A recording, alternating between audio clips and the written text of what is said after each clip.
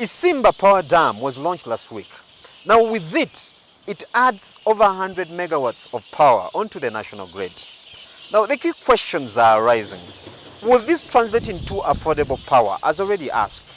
And then, will it be able to drive the industrialization that this country is longing for? We're exploring that in the next segment.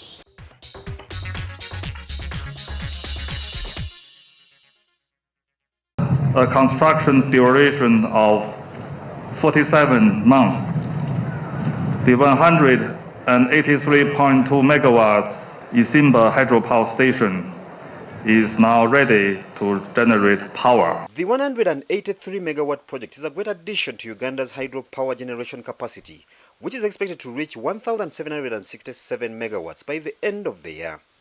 That is, if the 600 megawatt Karuma Dam comes online by the year's end, as expected.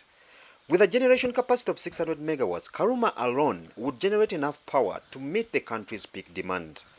This therefore begs a question: what is the country planning to do with the over 1,000 megawatts of excess power? But even before that, will this expansion in the country's power generation translate into a reduction in power tariffs?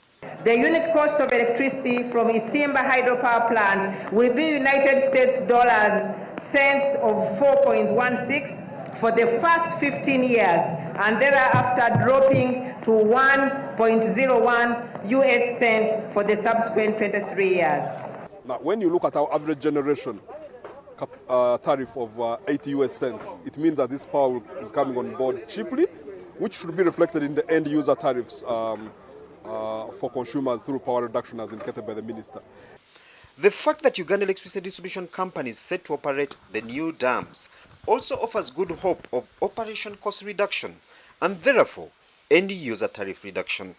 Sector pundits note that the focus now should be at utilization of excess installed capacity, which is coming on board at a cost running in billions of dollars. But what's fundamental is building the transmission grid is important.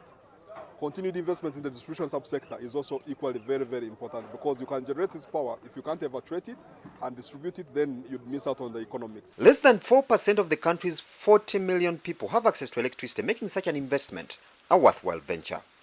Also, the developments coming at a time when the country is focusing on industrialization, driven mainly by SMEs, is to experts a welcome idea.